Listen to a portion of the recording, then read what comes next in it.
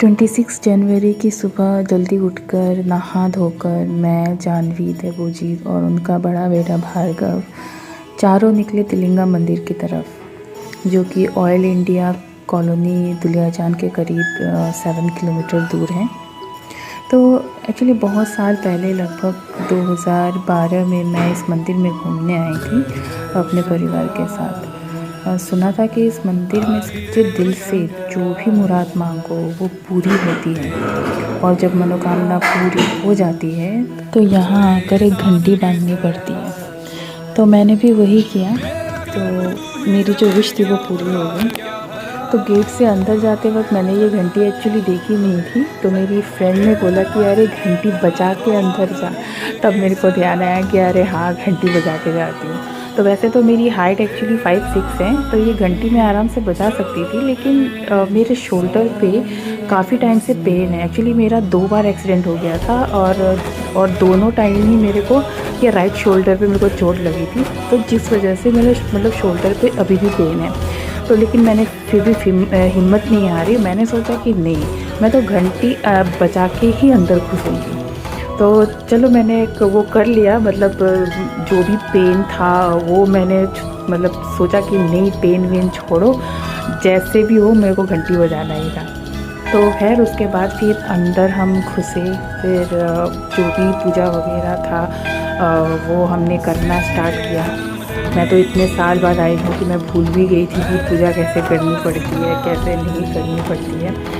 तो मैं अपनी फ्रेंड को फॉलो कर रही थी कि क्या क्या करना है, क्या क्या नहीं करना है।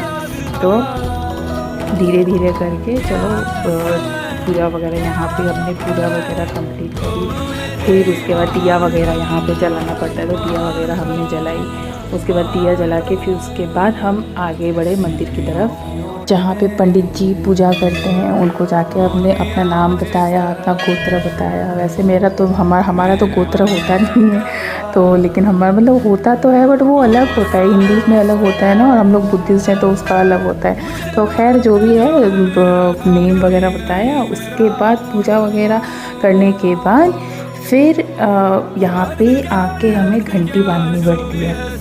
तो वही हम तीनों ने मिलके इस जगह पे हमने घंटी बांधी।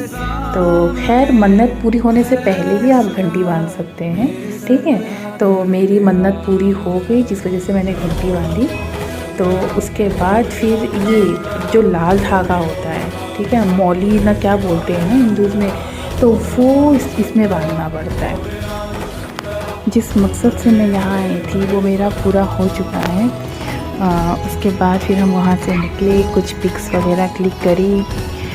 ये भी एक्चुअली भगवान की ही मर्ज़ी से हुआ है। अगर भगवान की मर्ज़ी नहीं होती तो शायद मैं नहीं आ पाती, क्योंकि मैं बहुत सालों से ट्राई कर रही थी, लेकिन हर बार कुछ ना कुछ प्रॉब्लम्स आ ही जाती थी। लेकिन इस बार ऐसा हुआ कि भगवान ने पूरी तरह से मेरा साथ दिया, तभी मैं दर्शन के लिए आ पाई हूँ इतने दूर से। खैर मैं बहुत ज़्यादा ग्रेटफुल हूँ। भगवान के दर्शन भी हो गए, मेरी मन्नत भी पूरी हो गई, मतलब सब कुछ इतना स्मूथली हो गया। तो मेरे फ्रेंड्स भी यहाँ पर हैं, तो उन्होंने भी काफ़ी हेल्प की मेरी। तो अगर वो लोग नहीं होते तो शायद थोड़ा सा मुश्किल होता, क्योंकि रहना और ऊपर से फिर कैब हायर करना, वो भी एक ऐसे जगह पे जहाँ पे मतलब मैं किसी को जानती भी नहीं हूँ। तो ये सब चीज़ें मतलब थोड़ी सी आसान हो गई मेरे लिए। इन दोनों ने मुझे ना इतना ज़्यादा एंजॉय करवाया कि मुझे ऐसा लगा कि और 1-2 दिन रुक जाऊँ, लेकिन रिटर्न टिकट ऑलरेडी मैंने कर रखा था, तो मुझे वापस आना ही पड़ा।